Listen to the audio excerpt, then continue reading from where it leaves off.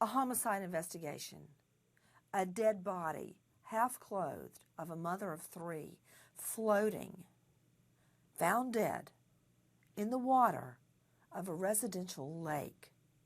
Now, how does TV celebrity Star Jones factor into that murder investigation?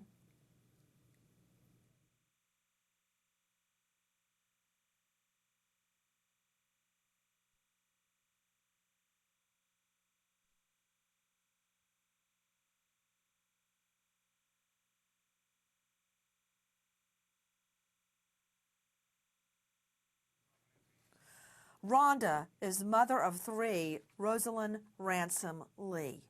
And joining me now is Star Jones. We all know Star from The View, from Apprentice.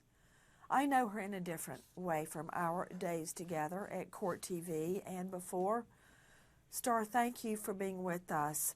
You know, the other day when your email popped up on my BlackBerry, I thought, what is Star going to say? I opened it up and I found out about Rosalind. I wouldn't have even known about the case if you hadn't told me. Star, tell me what you know about the case and how did you get involved?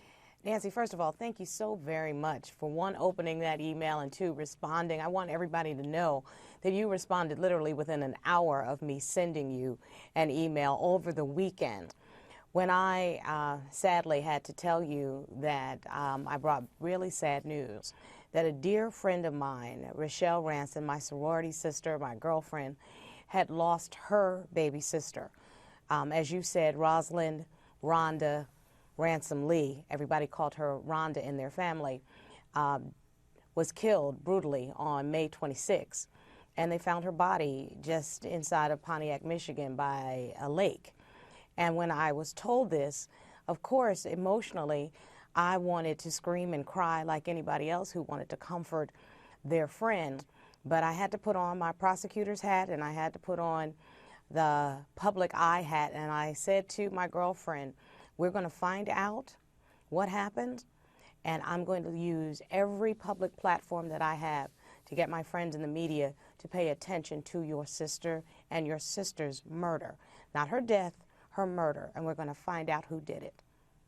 Oh, Star, it was a murder. And what concerns me is that very often when you find a woman dead, immediately people think domestic homicide, and they tend to scrutinize it less carefully. And especially when it is a minority, female, or child, then somehow that becomes less important. 100%. It does. But Nancy, this is one And thing we're that I not love going to let about that it. happen here. Absolutely not. And to be honest with you, you've never let that happen. And I just need to say that as a colleague and a friend. And that's why I came to you, because I knew, quite frankly, you would be a dog with a bone when it's a woman who has been a victim, who has been brutally murdered, who leaves 3 babies under a year, and one a is 6-year-old, 9 months thank you, old, and a 12-year-old without anybody to care for them.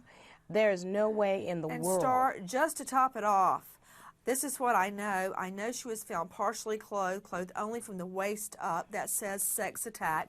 Number 2, the body, I think, was moved from where the murder was. She was manually strangled. That means not a ligature. Someone strangled her by hand. This all says to me it was somebody that knew her. Absolutely. Now my question is who?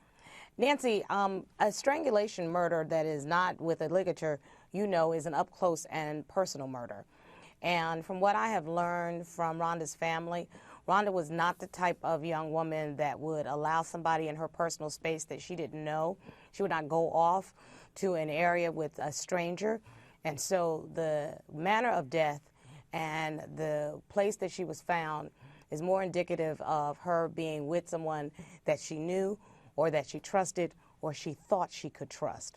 And that will be, of course, an assistance to the investigators who are really looking into this crime. I want to let you know that I spoke with the sheriff in charge of Oakland County, which is the Pontiac, Michigan area today, Sheriff Broussard, and he wanted me to let you and your viewers know that he too and his team are, quote, dogging this case. He said he has the best people working. that he will use every single thing at his fingertips, and he, quote, intends to solve this murder and, quote, hold the person accountable. How does TV veteran and celebrity Star Jones factor into a homicide investigation? Clark Goldman, give it to me in a nutshell. What happened? Well, Nancy, the victim was last seen about 3 a.m. in the morning leaving her mom's house, and then it gets murky. The man she was supposed to meet claims to see her at about 3:20 leaving the location she was going to meet him, but we don't have independent corroboration of that. Also, that same man, according to the family, continued to call the victim's mother throughout the morning, asking where she was. Now, I want to clarify something, Clark, and I'm not at liberty to say what I know, but she was not going out to some club or some bar. She was going out of the home at that odd hour for a legitimate reason that I cannot divulge right now, but I would have done the very same thing that she did when she left that home with me right now. Her sister with me is Rochelle Ransom. Rochelle, thank you for being with us. Thank you for having me, Nancy. Rochelle, I want you to tell our viewers about your sister. I want to know what kind of mother she was. That's what I'm interested in. Well, my sister, it's my younger sister, and she's always been a very quiet person who smiled all the time. Amongst the brother and sister, our relationships, we were a laughy kind of group. We always laughed and cracked jokes. Just that night, she was with her sons and her oldest son, the 12-year-old, showing him some YouTube videos. I had sent her one about the Fresh Prince.